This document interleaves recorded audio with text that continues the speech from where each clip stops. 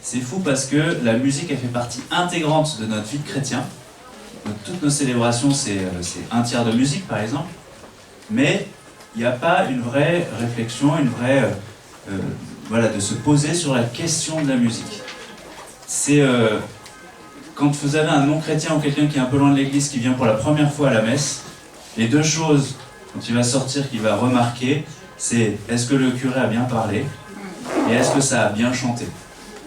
Donc c'est vraiment deux choses qu'on devrait soigner en particulier, et souvent c'est voilà, c'est pas assez voilà, c'est pas assez travaillé. Donc c'est vraiment ce qu'on avait essayé de vous partager pendant cette heure, comment remettre un peu la musique et quel est le sens et l'utilité de la musique pour que voilà, pour que cette transformation pastorale elle soit accompagnée de ça. Du coup, je vais me présenter rapidement. Donc, je m'appelle Fabien Gavant, j'habite à côté de Grenoble. Je viens d'une paroisse, on va dire normale. En chemin, au début du chemin de la transformation pastorale. Disons qu'il y a énormément de boulot encore, je pense. J'ai trois enfants, donc trois petits qui ont de 4 ans à 14 mois. Et sinon, je travaille dans la microélectronique. Mais je pense que mon vrai travail, c'est bosser pour Jésus. Amen. Et donc, Grégory. Voilà. Moi, je m'appelle Grégory Turpin. Moi, mon métier, c'est vraiment la musique depuis plus de 15 ans. Avec différentes choses dans mon parcours. D'abord de la musique pour témoigner et faire de l'évangélisation, donc des concerts vraiment pour aller vers ceux qui n'ont pas la foi. Et puis depuis plus récemment, un travail vraiment sur sur la musique plus louange, plus liturgique, avec de l'animation de parcours dont on parlera tout à l'heure. Mais vraiment quelque chose de... Voilà, comment utiliser la musique pour notre vie spirituelle et pour l'approfondissement de la vie spirituelle. Au-delà de ça aussi, je dirige les éditions Première Partie, qui est une maison d'édition dans l'unité des chrétiens, qui diffuse une trentaine de livres par an. Par exemple, on a édité Laudato Si, illustré par Yann Arthus Bertrand, je ne sais pas si vous avez vu ça. Voilà, on édite la revue Limite, on édite une revue d'évangélisation qui s'appelle Jésus. Et puis beaucoup de musique, autant des chrétiens, des catholiques que des protestants, le collectif Cieux Ouverts, ou d'autres artistes comme ça, Natacha Saint-Pierre qui en ce moment chante les poèmes de Sainte-Thérèse. Voilà, donc une équipe qui travaille vraiment pour des projets, pour l'affermissement de la vie spirituelle et l'annonce de la foi.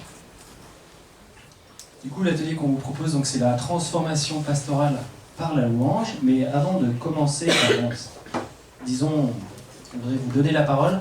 Est-ce que vous pouvez arriver à vous mettre par 2, 3, 4 et échanger? Qu'est-ce que vous attendez de cet atelier? Est-ce qu'il y a 2, 3 choses que vous voulez faire remonter là, de cet échange? Quelles sont vos attentes? 2, 3 attentes par là? Attente. D'apprendre à plus louer. Amen. Comment permettre aux personnes d'ouvrir leur cœur pour qu'ils puissent vraiment ouvrir leur bouche pour louer le Seigneur? Comment apprendre Merci. Comment apprendre aux personnes de plus louer, de plus ouvrir leur bouche et tout ça. C'est aussi comment apprendre aux personnes, quand ils prient, à entrer dans le mouvement de la louange. Parce qu'en fait, beaucoup de gens ont tendance à prier comme une demande ou une action de grâce. La référence, c'est soi. Et très souvent, quand on propose un temps de louange, on bascule dans des louanges spontanées, dans des actions de grâce. Bon alors, rassurez-vous. On est au bon endroit. Vous êtes au bon endroit, mais on... Pardon, il y avait une... Et surtout, nos frères aînés, comment les aider à... Nos frères aînés, comment les aider à rentrer dans ces mouvements. Ouais. Peut-être moi j'avais une petite question encore préambule, c'est qui joue de la musique avec un instrument de musique? Ok. Qui joue de la musique avec sa voix? Qui chante? Ouais, qui chante.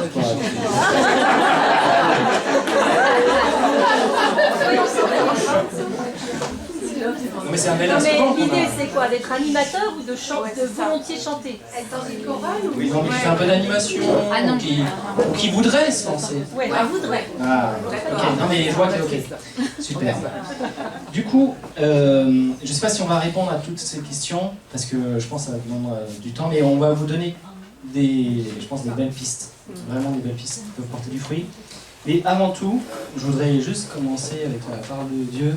Dans Éphésiens chapitre 5, encouragez-vous les uns les autres par des psaumes, des hymnes saints, des saints cantiques inspirés par l'Esprit, chantez des cantiques et des psaumes pour louer le Seigneur de tout votre cœur.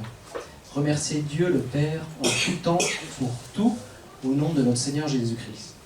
Vraiment pour dire que c'est vrai que la louange, la prière, elle est vraiment centrale de notre vie chrétienne.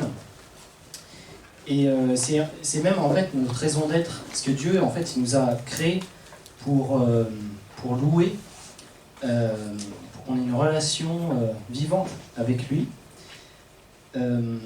Cette adoration c'est vraiment une réponse passionnée à son amour. C'est vrai que ce matin on a eu un bel enseignement par le Père James Malone. Et nous sommes appelés à adorer, c'est vrai que se dire qu'on va passer notre éternité à louer, adorer, alors je me dis qu'ici-bas, il faut qu'on apprenne un peu, quoi, qu'on prenne de l'avance. Donc vraiment, d'où l'importance de la louange au cœur de nos paroisses, de nos communautés. Alors pour ça, il y a un petit bug d'affichage, mais peu importe, je vous propose 3 axes.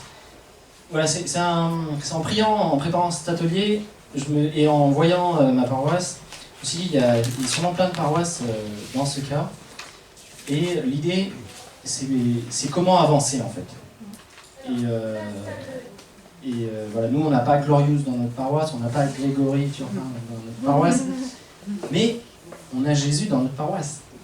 Et on a des musiciens, et on a des chanteurs, enfin des gens qui chantent, voilà. Donc comment avancer, Donc je vous donne 3 points. Le premier point, je pense qu'il faut un minimum d'organisation. Je détaillerai après. Deuxième point, je pense que chaque paroisse doit avoir son centre de formation à la louange. Et troisième point, que chaque paroisse ait son école de prière.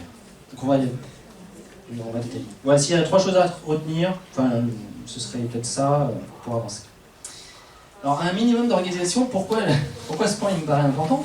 Parce qu'en fait, je me rends compte que les célébrations, à part ceux qui viennent à la messe que pour Noël, ou ceux qui viennent juste pour Pâques, en fait elles arrivent tous les dimanches, quoi. Et que du coup, moi je vois dans mes paroisses, on peut vite être acculé par le fait « Oh, on n'a personne pour animer là-bas, on n'a personne pour faire chanter ». Il y a peut-être le problème que dans ma paroisse en fait. Je vais passer. Hein. Ouais, bon, bref. Mais tout ça pour dire que je pense qu'il y a un moment avec les musiciens, les chanteurs, il faut se poser et bien sûr prier et réfléchir ensemble comment un peu mieux s'organiser pour qu'on ne soit pas toujours en train de courir dans l'urgence. Voilà, donc quand je suis arrivé sur la paroisse, par exemple, il n'y avait pas d'annuaire des différents musiciens. Alors comment tu fais pour que... C'est des trucs de base, mais voilà. Après, il y a des petites fiches qu'on peut faire pour aider, pour donner des petites directives, voilà. Mais c'est des petites choses, un agenda partagé. Bref, l'idée, c'est l'anticipation pour sortir de l'urgence. Un autre point, ça qu'on a mis en place il y a quelques temps, c'est fraterniser entre vos musiciens, entre animateurs. Et ce qu'on fait, c'est que 2 fois par an, maintenant, on fait un repas musical en invitant tous les musiciens, tous les chanteurs. C'est aussi l'occasion d'inviter des gens qui nous ont rejoints sur la paroisse, qui ont ce talent-là, mais qu'on ne sait pas encore. Et d'avoir un temps convivial, un petit temps de formation, un temps où on prie ensemble, où on chante, on joue ensemble. Et vraiment, c'est hyper sympa. Et un côté, c'est la solo. Parce que nous, les cathos, tout le monde... Enfin, est-ce qu'il y a des amis évangéliques dans la salle? Bon, ok. Bon, bref, notre sono, souvent est pourri. Ouais. Et je dis pas qu'il faut investir 200 000 € dans un méga matos, même si ce serait l'idéal. Mais je dis juste qu'il faut arriver à progresser avec, savoir l'utiliser, peut-être la faire évoluer. Et du coup, il faut qu'il y en ait qui s'y mettent. Voilà. Donc, un minimum d'organisation. Deuxième point, c'est un centre de formation de louange. Alors, c'est pour vous donner l'idée. Et en fait, au sein d'Alpha, on a un outil à proposer, pour un peu dans cette idée-là, qui s'appelle le parcours Worship Central. Donc, pour info, il a failli s'appeler Alpha Louange, parcours Alpha Louange. Mais ça a resté le nom Worship Central parce qu'en fait, Worship Central, c'est né de la paroisse d'Alpha, Alpha International. Et les leaders de louange ont créé ce lieu, Worship Central. Et en fait, c'est devenu une entité indépendante. Donc il y a les parcours Alpha qui vivent de leur côté, il y a Worship Central qui vit. Et Worship Central, il y a un groupe qui est un collectif de musiciens qui font des concerts dans le monde entier, qui animent leur paroisse, tout ça, fondé par Tim Hughes et Al Gordon. Donc ils ont créé le Worship Central Course, que nous on appelle le parcours Worship Central, et voilà. Et ils ont aussi, eux, une école de louange d'1 an à Londres. Donc il y en a une école, je me souviens qu'on avait fait un temps, il y a Lyon Centre qui fait une école de créativité aussi. Voilà. Il y a peut-être d'autres lieux en France où on peut se former pendant 1 an. Vous imaginez se former pendant 1 an à la louange, tout ça. Donc, j'ai envie de dire c'est un sujet qui est vaste. Mais donc on a quand même un bel outil, c'est le Worship Central. Je vais rajouter juste une chose, c'est important que de garder, ils ont gardé aussi le mot worship, parce que worship, nous on le traduit par louange, mais en fait c'est beaucoup plus vaste que ça. C'est vraiment cette attitude de prière de toute une paroisse qui doit se transformer. C'est pas nous, quand on parle louange, on pense à nos chants joyeux, mais la louange c'est bien plus que ça. C'est vraiment comment je vais diriger spirituellement et la prière de toute une communauté ou d'une messe ou d'un moment de prière. Voilà, c'est la louange, elle a vraiment ce spectre-là. Du coup, il a été répandu dans plusieurs pays dans le monde. En gros, le parcours s'adresse à tous ceux qui veulent s'initier pour passer dans la louange. Même s'il s'adresse particulièrement aux musiciens, aux chanteurs, il peut aussi intéresser plus largement. Et il peut plus facilement toucher les jeunes. Mais vous verrez qu'il n'y a pas forcément de limite d'âge. Le parcours, c'est un peu comme Alpha, c'est-à-dire qu'on mange, ou du moins on partage un dessert, il y a un temps d'enseignement, un temps de partage, et dedans, il y a inclus, après le temps convivial, le temps de repas ou dessert, il y a un vrai temps de louange, voilà. Et après, il y a un temps de prière des uns pour les autres à la fin, ou en tout cas en finissant par prier ensemble. Donc oui, c'est ce que je vous ai dit là juste un instant. Les thèmes des rencontres, c'est donc pourquoi la louange est-elle centrale, rencontrer Dieu, conduire la louange, libérer l'expression artistique, une équipe efficace, comment jouer ensemble, le leader authentique.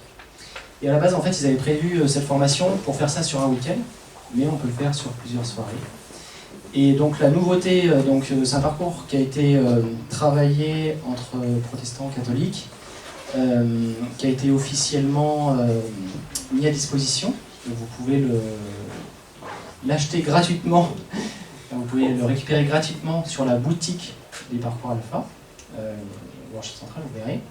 Et là, en ce moment, donc je participais à la création de vidéos des enseignements qu'on appelle les vidéos pilotes. Donc j'ai demandé à des amis ou à des connaissances de se filmer, parce que disons que les 2 premiers enseignements sont plutôt des enseignements plus théologiques, voilà. Mais après les autres enseignements sont vraiment plus, ils rentrent dans l'art de la musique aussi. Donc il y a des personnes de Chemin Neuf, d'Allegria justement, qui vont faire l'enseignement. Voilà, l'idée c'était d'avoir des personnes qui avaient un peu d'expérience et qui puissent la partager facilement. Et en fait, moi, ce que je me rends compte, c'est que organiser un parcours central, c'est assez facile en soi, parce que c'est pas comme Alpha où il y a besoin de sortir.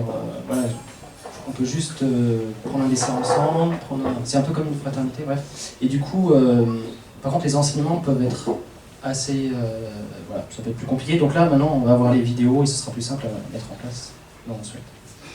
Nous, dans notre paroisse, en fait, pardon. Si je comprends bien, c'est un parcours qui peut se faire dans n'importe quelle ville.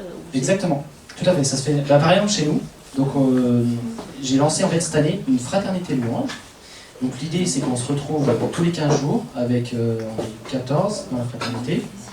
On essaie de vivre les 5 essentiels de la vie chrétienne, donc la fraternité, la prière, la formation, la transformation, le service, la mission. Le service, c'est animé de temps en temps une messe. La fraternité, c'est prendre ce temps, voilà. Bien sûr, on prie ensemble. Et la mission, par exemple, on s'est mis au service du week-end alpha, avec quelques musiciens. Et on fait les rencontres Louange centrale une fois par mois. Comme ça étale sur tout le long de l'année les rencontres. Et sinon, les autres rencontres, bien sûr, on prend le temps de donner des nouvelles, on prie ensemble, et on travaille les chants, on répète, on introduit des nouveaux chants. Voilà. Et dans notre fraternité, ça va de 30 ans à 70 ans. Et on a des musiciens, dont une pianiste, qui est plutôt proche de 70. Et en fait, les enseignements, je vois que ça la travaille et que... Je sais pas comment dire. Ça se fait dans son cœur. Voilà. Donc, j'ai envie de dire, il n'y a pas d'âge pour faire ce parcours. Mon seul regret, c'est que ce ne soit pas toutes les semaines. Voilà. Et ça, j'espère que ça viendra. Du coup, concernant l'école de prière, je vais laisser parler Grégory. Comme je disais, voilà, la worship, c'est vraiment plus large que simplement ce que l'on entend, nous, en termes de louange. On s'est vraiment posé beaucoup de questions, avec Alpha en particulier, comment justement cette prière de louange, cette worship, elle peut vraiment faire partie intégrante de la vie des gens. Et comment devenir un bon animateur de louange? La première chose, c'est nous-mêmes avoir une belle expérience de prière. C'est-à-dire que l'on ne peut donner que ce que l'on a reçu. Et ça, celui qui accompagne la louange, celui qui accompagne la prière, il doit être celui qui vit la prière et qui la vit profondément. Tout à l'heure, on se faisait la remarque, voilà, on n'a pas tous Glorious dans notre paroisse, et souvent on fait venir un groupe pour vivre une expérience, et puis après, qu'est-ce qui se passe? Qu'est-ce qu'on fait après un gros concert de louange? Et puis une troisième réflexion que je vous donne comme ça, c'est qu'aujourd'hui, ce qu'on appelle la louange, elle est très adressée pour les ados. Je ne sais pas si vous avez remarqué, mais nos groupes, ils font de la musique entre guillemets ados. Pourquoi? Parce que les premiers consommateurs de ce genre de louanges, eh bien, ce sont les animateurs en pastoral de jeunes qui font venir pour leurs événements, et c'est très bien. Mais on a un déficit d'une louange qui s'adresserait plus à des adultes. Voilà, donc quand on est dans un public ado ou familial, on est à l'aise, et dès qu'on ça devient plus adulte, il y a un espèce de déficit en paroisse, qui est comblé quand même par certaines communautés qui nous amènent aussi à cette forme de louange. Donc aujourd'hui, on se pose la question, par exemple, pour ceux qui ont fait Alpha classique, qu'est-ce qu'on va leur proposer après? Parce qu'il y a eu une rencontre, il y a un moment fort, mais après, quelle est l'étape d'après? Et l'étape d'après, c'est vraiment vivre, après cette rencontre avec Dieu, c'est vraiment vivre ce quotidien avec Dieu. Alors, l'année dernière, j'ai sorti un livre qui s'appelle « Petit guide pour une vie transformée ». Et ce livre, à ma grande surprise, a été un très grand succès très rapidement. Il est là, maintenant, il vient d'être traduit en italien. Je vais demander à Sœur Christina, la chanteuse qui a gagné The Voice, de l'adapter en italien. Et puis là, il est en train de partir dans d'autres pays. Donc, je suis très, très, très touché de ce succès. Mais ce succès, en fait, il m'a surpris, mais il est un peu évident. On a besoin d'avoir des outils pour vivre notre prière au quotidien. Et souvent, dans nos paroisses, on nous parle beaucoup, on a une foi très intellectualisée, mais quand il s'agit de concret, de notre quotidien, qu'est-ce que je fais quand je pense à autre chose dans ma prière, quand je suis distrait, quand j'arrive pas à trouver le temps, quand je suis trop fatigué, qu'est-ce que je fais pour que chaque jour, je puisse prier, vivre cette louange qui va me conduire à un temps de silence quotidien. Et du coup, on est en train de travailler, ça va sortir l'année prochaine, on est en train de travailler sur un parcours vie spirituelle. C'est-à-dire que ce parcours vie spirituelle, il aura 7 étapes, 7 rencontres. Il va commencer par un concert, que pour la première année, je lancerai. Donc un concert que vous pourrez inviter vraiment très largement, ou inviter que ceux qui vont faire ce parcours. Et puis ensuite, 7 rencontres pour... chaque jour, chaque participant fera le petit guide chez lui, mais une fois par semaine, on se retrouve pour faire le point, réfléchir à qu'est-ce qui a été difficile, comment je peux trouver les conseils des uns et des autres, mais vraiment qu'en 40 jours, on puisse vraiment découvrir cette force de la prière et transformer sa vie par la prière. Parce que pour moi, c'est ce qui doit être une des choses centrales de notre vie paroissiale, c'est vraiment la prière. Donc, c'est vrai que c'est important de voir comment moi je vais faire grandir l'expérience de la prière, c'est-à-dire la forme de la prière par la musique dans mon église, mais comment je vais, pour mes paroissiens, pour les gens qui sont engagés, faire vivre cette vie spirituelle de manière forte. Vous avez des questions, des échanges, peut-être des idées? Alors là, on commence à le travailler avec plusieurs prêtres et alphas. On va commencer en décembre l'année prochaine, enfin en janvier de l'année prochaine. Il aura lieu, ce que je vais demander, c'est de regrouper plusieurs paroisses qui font alpha, par exemple, de se réunir dans une seule église pour faire une soirée de lancement autour d'un concert, vraiment une soirée de louanges un peu développée. Et ensuite, chaque paroisse réunira son groupe et fera les étapes. Ça se passera comme un parcours alpha normal, sauf qu'au lieu d'être autour d'un repas, on sera dans un endroit qu'il faudra soigner, c'est-à-dire on évitera nos belles salles paroissiales éclairées au néon et nos églises froides, mais on va essayer de trouver réellement un lieu dans lequel on va pouvoir se sentir bien. Donc l'accueil, qui est un des piliers d'Alpha, va être aussi essentiel. Donc on va créer ce lieu, réfléchir au meilleur lieu dans notre paroisse pour accueillir, et puis après voilà, il y aura 7 rencontres. Disons qu'aujourd'hui, à Londres, il y a un collectif qui propose de temps en temps des week-ends de formation.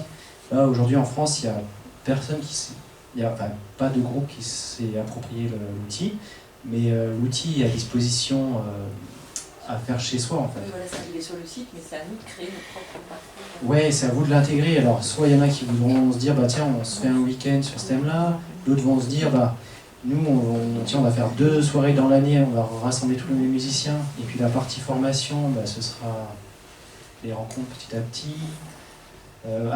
Disons, j'ai envie de dire que ce parcours alpha, il est vraiment, il y a vraiment une patte, des choses importantes à garder, la régularité.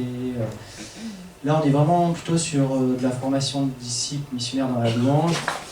Du coup, j'ai envie de dire, c'est à chacun de voir comment il peut se l'approprier. Parce que l'idée, c'est de le vivre. Moi, je le vis en ce moment, en fait. Et je suis étonné de voir comment ça me transforme, ça change mon regard. Ça fait prendre conscience bah tiens, j'ai animé une messe, mais au final, est-ce que j'ai pas raté l'essentiel? Est-ce que j'étais avec le Seigneur? Est-ce que j'étais pas trop sur ma guitare? Est-ce que j'étais en communion avec l'Assemblée? Est-ce que j'étais pas en mode... Et ça demande c'est exigeant, parce que ça veut dire que ça demande un travail en amont, de progresser dans la musique pour se libérer. Et là, je pense qu'on a un bel exemple avec Kian et Grilla, on les sent avec nous, on les sent... Qu'est-ce que c'est avec nous? C'est ceux qui animent la louange. Ah, d'accord.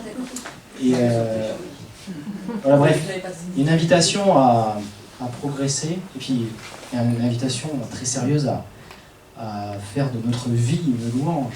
Et voilà, merci pour ce guide. En fait, on ne fait pas de la pub chez Alpha parce que c'est un parcours qu'on fait en fonction des gens qu'on va appeler. C'est pas comme parcours classique où là on invite très largement. Là, c'est vraiment quelque chose de formation de gens qui ont une mission particulière dans nos paroisses qu'on va appeler. Donc c'est pour ça que c'est un peu différent, mais il est en téléchargement libre sur le site. Il y a 2 choses. Parce qu'il y a l'école de prière aussi. Il y a le parcours Worship Central, dont on a parlé, qui est là vraiment pour ceux qui vont animer les louanges et la vie musicale, et le parcours vie spirituelle qui, lui, va être ouvert à tous, au plus grand nombre, et qui, lui, pour le coup, est un très bon post-alpha. Mais je sais qu'il y a des choses qui ont été inventées même dans les paroisses de post-alpha, parce qu'on voit bien que là, il y a plein de gens qui ont vécu quelque chose et qu'on ne sait pas toujours bien accueillir.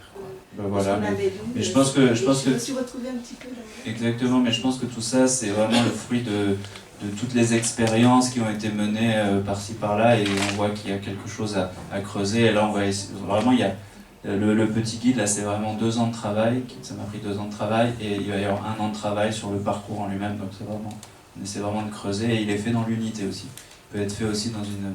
C'est pour ça que le parcours en lui-même pourrait être fait dans l'unité, mais les enseignements pourront être adaptés parce qu'évidemment, on va parler des sacrements quand on est catholique, on va parler de tout ce qui fait la vie de prière d'un catholique. Mais...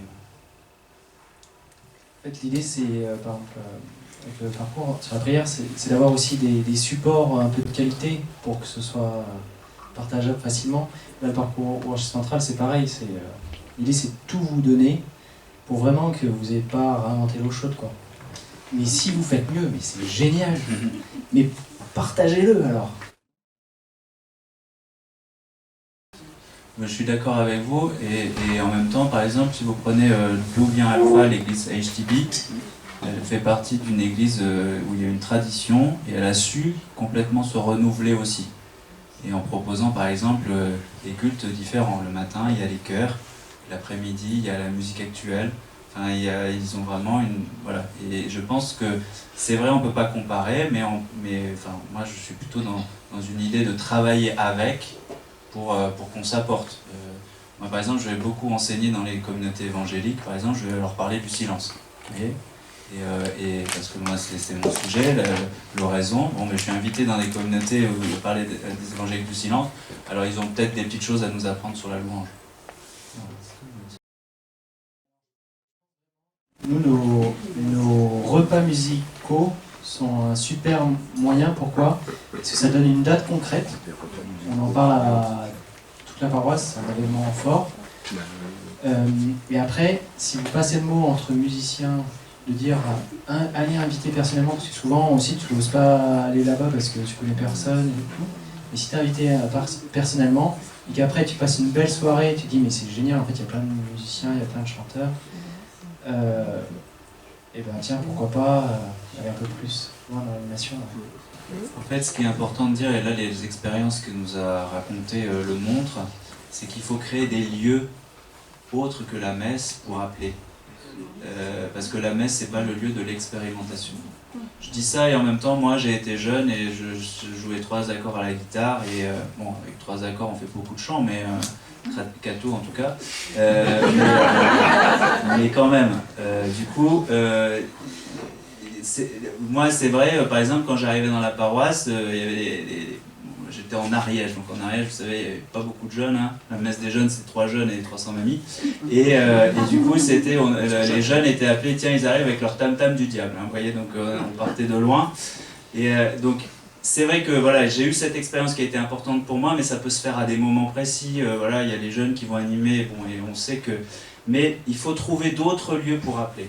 Et qui vont être comme ça, les tremplins, où on va pouvoir voir ce qui se développe, comment ça se développe, et c'est vrai que voilà, on peut admettre que la guitare joue pas très bien et que la flûte soit un peu fausse pour un temps de prière. Voilà, quand on est à la messe, on a envie quand même que ce soit plus soigné, plus beau. Donc voilà, c'est réfléchir à comment, là, voilà l'exemple du repas musical, du groupe de prière ou autre. Donc, Guirengrange, Saint-Péray en Ardèche, donc Valence côté Drôme, Saint-Péray de l'autre côté. Il y a 2 ans, 3 ans, on a développé une messe missionnaire sur notre paroisse, donc un changement d'horaire de messe. Au lieu de 10h le matin, c'est passé à 18h30 le dimanche soir. Un peu compliqué, mais au final, donc notre messe missionnaire est gérée par un groupe de louanges de paroissiens, pas de professionnels, simplement pour dire qu'au sein de nos paroisses, il y a des talents. Après, il faut savoir les discerner. Mais au final, en 2 ans, on a à peu près 3 groupes de louanges, pas professionnels, qui tournent, qui animent nos messes de louanges. Et nos soirées de louanges aussi, parce qu'on a développé des soirées de louanges. Et oui, il y a une journée pour les jeunes. Et donc on a des jeunes de 15, 16, 17, 18 ans, on a des adultes qui jouent de la guitare, qui chantent, et notre messe elle est intergénérationnelle, c'est pas simplement la louange que pour les jeunes, hein, ça touche tout le monde. Donc voilà, simplement pour rassurer, on n'a pas forcément besoin d'attendre des professionnels aussi, hein, on est tous capables de se prendre en main et d'apporter nos talents. Le tout, c'est de les discerner. Oui, bonjour. Je voudrais témoigner de notre soirée de louange sur ma paroisse, donc à Corneille en Parisie, en banlieue parisienne. C'est assez modeste, hein, mais tous les mardis depuis presque 7 ans, il y a une veillée de louange avec un temps de louange, une demi-heure de louange, une demi-heure de partage biblique sur l'évangile du dimanche d'après, puis une demi-heure d'adoration. On est sur des chiffres assez modestes, d'une quarantaine de personnes à peu près. Et puis avec des musiciens assez modestes aussi, dont votre serviteur et puis d'autres. Mais en tout cas, je témoigne d'abord que c'est pas très compliqué à mettre en place. Deuxièmement, que ça crée une vraie fraternité et surtout un lieu de ressourcement pour les gens qui se donnent dans les autres paroisses. C'est né d'un désir en disant la paroisse est un lieu où on se dépense et en fait on n'a rien pour se nourrir. Et donc c'est lié vraiment comme une oasis pour qu'on retrouve de l'énergie pour ensuite se donner. Et puis surtout, l'une des expériences qui est très intéressante, c'est que du coup, ça permet de lancer des jeunes musiciens un peu en famille, qui sont ensuite capables d'animer la messe, parce que le gap est moins haut, une fois qu'ils se sont fait la main sur la prière du mardi. Et puis surtout, on prend l'habitude d'une espèce de formule de prière. Alors maintenant, on propose la prière des frères parfois. On prend l'habitude de louer aussi, ce qui n'est pas si simple, de louer à haute voix. Et en fait, après, on adapte ça, on sait le faire, on sait qu'on sait le faire, et on l'adapte pour d'autres choses. Et donc, on s'en est servi pour des soirées confession, on s'en est servi pour des soirées d'aumônerie avec les familles, on s'est servi des mêmes musiciens et puis du savoir-faire. On s'en est servi quand on a eu des difficultés dans les paroisses ou des gens qui ont vécu des deuils importants, on a fait des veillées de prière en se servant de ça, etc. Et donc on a quelque part un outil en plus qu'on réadapte ensuite à plusieurs sauces. Et donc ça fait partie des nombreux fruits de cette prière du mardi. Voilà. Alors nous, ça rejoint un petit peu ce que vous disiez. On a mis en place ce qu'on appelle la grasse mat. C'est la grasse mat, GRACE. Le dimanche matin à 9h30, tous les paroissiens sont invités en fait. On démarre par un petit temps très convivial autour d'un café croissant pendant un quart d'heure, 20 minutes. Et ensuite on loue pendant 20-25 minutes, tous ensemble, avec tous les âges, enfants, enfin voilà. Après la louange, les enfants partent en fait faire une activité plus adaptée à leur âge. Et les personnes plus âgées, enfin ça peut être aussi un groupe d'ados, on fait un temps de Lectio Divina où on reçoit l'évangile en fait souvent du dimanche qu'on va méditer par petits groupes, en petits groupes on est 8-10. En général on peut être entre 50 et 80 personnes à peu près. Et puis après on a une toute petite catéchèse sur la messe. Voilà, ça s'adresse à tous les paroissiens, mais c'est rentré en fait dans le processus de la préparation au baptême pour les parents qui demandent pour les enfants entre 0 et 7 ans. On les invite à participer au moins à une grasse mat. Les parents aussi des enfants qui font leur première communion aussi. Voilà, et on réfléchit peut-être à passer à une grasse mat toutes les semaines. Viroflène.